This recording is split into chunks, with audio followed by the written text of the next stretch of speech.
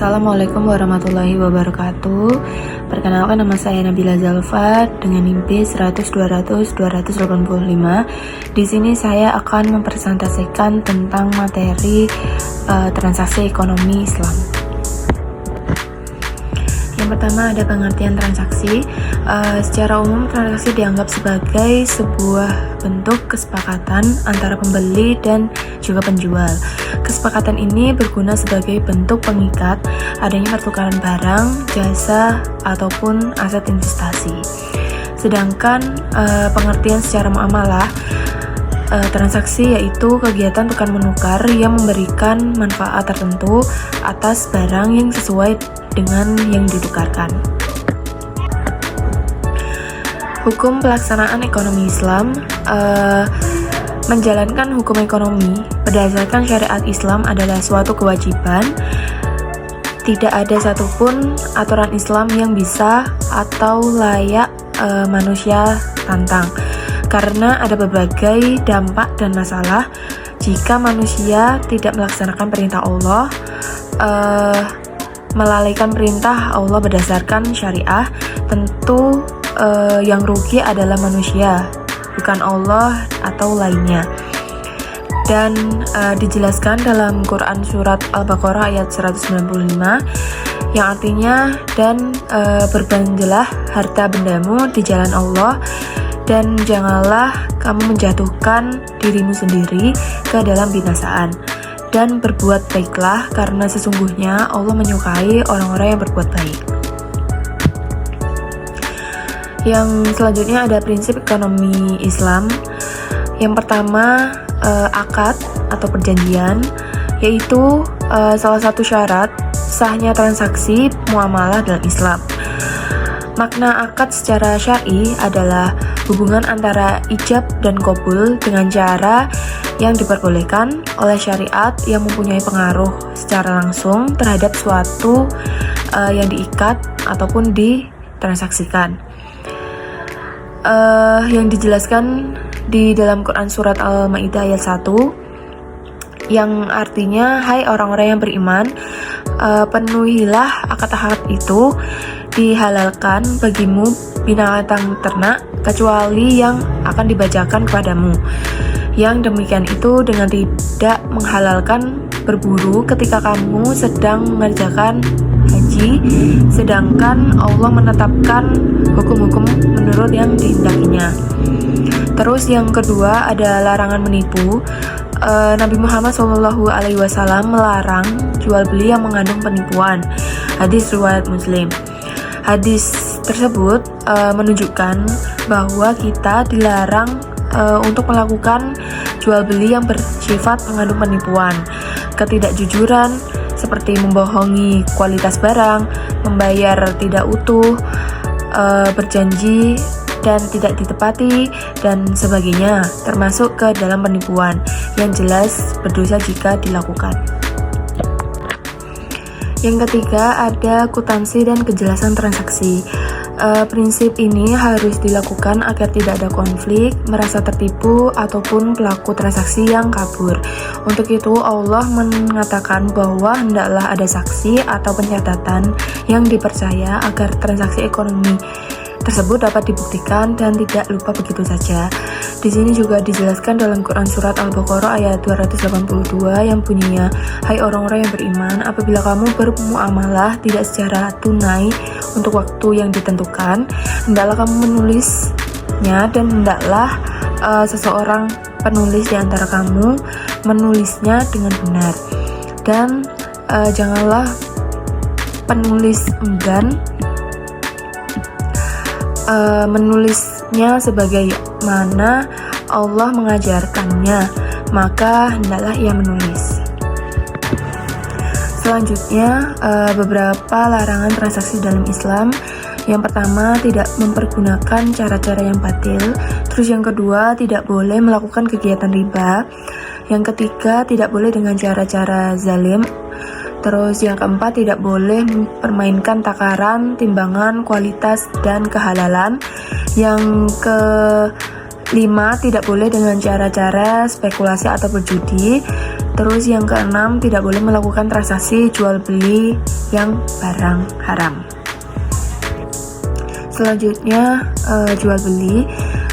Yang pertama ada ijab kabul. Seperti pernyataan penjual, saya jual dengan barang ini dengan harga sekian.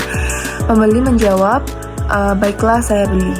Dengan demikian berarti jual beli itu berlangsung secara suka sama suka. Dan Rasulullah pernah bersabda bahwa sesungguhnya jual beli itu hanya sah apabila dilakukan jika suka sama suka. Hadis riwayat Ibnu Hibban. Terus yang kedua ada hiyar. Hiyar adalah bebas memutuskan antara meneruskan jual beli atau membatalkannya. Terus yang ketiga ada riba. Riba adalah bunga uang atau nilai lebih atas penukaran barang. Hal ini sering terjadi dalam pertukaran bahan makanan, perak, emas, dan pinjam-meminjam. Rasulullah mengutuk orang-orang yang mengambil riba, orang yang mewakilkan, orang yang mencatat, dan orang yang menyaksikan. Hadis riwayat Muslim. Terus selanjutnya ada utang piutang. Utang piutang adalah menyerahkan harta dan benda kepada seseorang dengan catatan akan dikembalikan pada waktu tertentu, waktu kemudian. Rukun utang piutang yaitu yang pertama yang piutang dan yang berutang. Terus yang kedua ada harta, ada barang, dan ketiga lafaz kesepakatan. Di sini juga ada pertanyaan, bagaimana apabila orang yang berhutang belum bisa melunasi hutangnya sampai batas waktu yang telah ditentukan? Dengan yang dijelaskan dalam Quran Surat Al-Baqarah ayat 280, yang artinya, dan jika orang berhutang itu dalam kesulitan, maka berilah tenggang waktu sampai dia memperoleh kelapangan, dan jika kamu menyedekahkan itu lebih baik bagimu jika kamu mengetahuinya.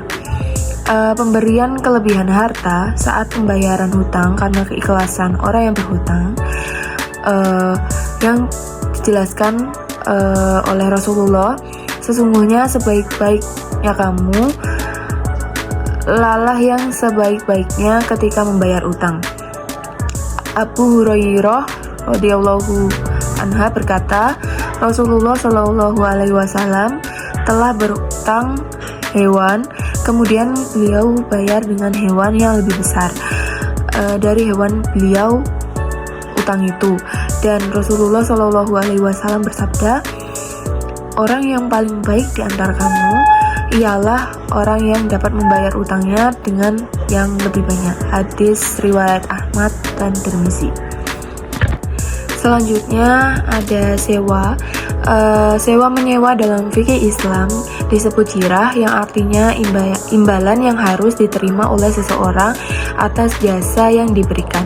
Dasar hukum forah dalam firman Allah Subhanahu wa Ta'ala yang artinya, dan jika kamu ingin anakmu disusukan oleh orang lain, maka tidak ada dosa bagimu apabila kamu memberikan pembayaran menurut yang patut. Quran Surat Al-Baqarah ayat 233. Berikutnya ada syarat dan rukun sewa menyewa. Yang pertama, yang menyewakan dan yang menyewa haruslah telah balik dan berakal sehat. Terus yang kedua, sewa menyewa dilangsungkan atas kemauan masing-masing, bukan karena dipaksa. Terus yang ketiga, barang tersebut menjadi hak sepenuhnya orang yang menyewakan. Terus yang keempat, ditentukan barang serta keadaan dan sifat-sifatnya. Terus yang kelima, manfaat yang akan diambil dari barang tersebut harus diketahui secara jelas kedua belah pihak. Yang keenam, berapa lama memanfaatkan barang tersebut harus disebutkan dengan jelas. Terus yang ketujuh, harga sewa dan cara pembayarannya juga harus ditentukan dengan jelas serta disepakati bersama. Selanjutnya ada sirkah. Sirkah adalah suatu akad yang dilakukan oleh dua pihak atau lebih yang bersepakat untuk melakukan suatu usaha dengan tujuan memperoleh keuntungan. Rukun syirkah, dua belah pihak yang berakad, objek akad, yang disebut juga makut, alaihi mencakup pekerjaan atau modal akad, atau yang disebut juga dengan istilah siget. Adapun syarat sah akad harus berupa tasyaruf, yaitu adanya aktivitas pengelolaan. Berikut macam-macam syirkah. Yang pertama ada syirkah inan. Syirkah inan adalah syirkah antara dua pihak atau lebih yang masing-masing memberikan kontribusi kerja dan modal. Syirkah ini hukumnya boleh berdasarkan dalil sunnah dan ijma sahabat. Terus yang kedua ada syirkah abdan. Syirkah abdan adalah syirkah antara dua pihak atau lebih yang masing-masing hanya memberikan kontribusi kerja tanpa kontribusi modal. Kontribusi kerja itu dapat berupa kerja pikiran ataupun kerja fisik. Syirkah ini juga disebut dengan syirkah amal. Terus yang ketiga ada syirkah wujuh. Syirkah wujuh adalah kerjasama karena didasarkan pada kedudukan, terus ketokohan dan keahlian seseorang di tengah masyarakat. Syirkah wujuh adalah syirkah antara dua pihak yang sama-sama memberikan kontribusi kerja dengan pihak ketiga yang memberikan kontribusi modal. Terus yang keempat ada syirkah mufadah. Syirkah mufadah adalah syirkah antara dua pihak atau lebih yang menggabungkan semua jenis syirkah yang telah dijelaskan sebelumnya.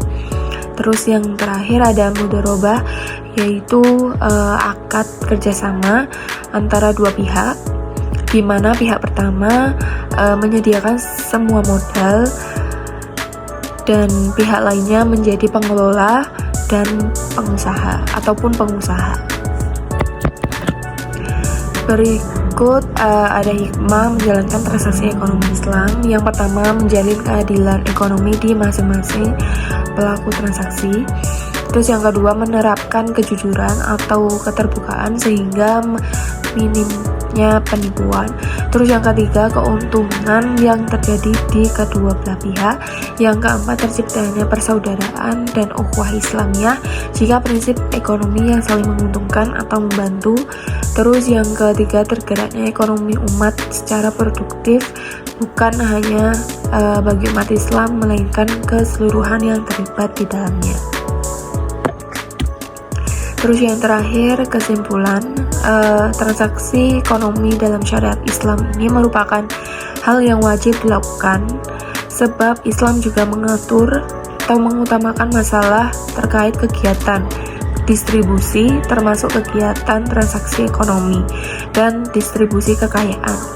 Banyak sekali kegiatan transaksi ekonomi yang Allah Subhanahu wa Ta'ala ridhoi agar kita selalu mendapatkan keberkahan dalam hidup.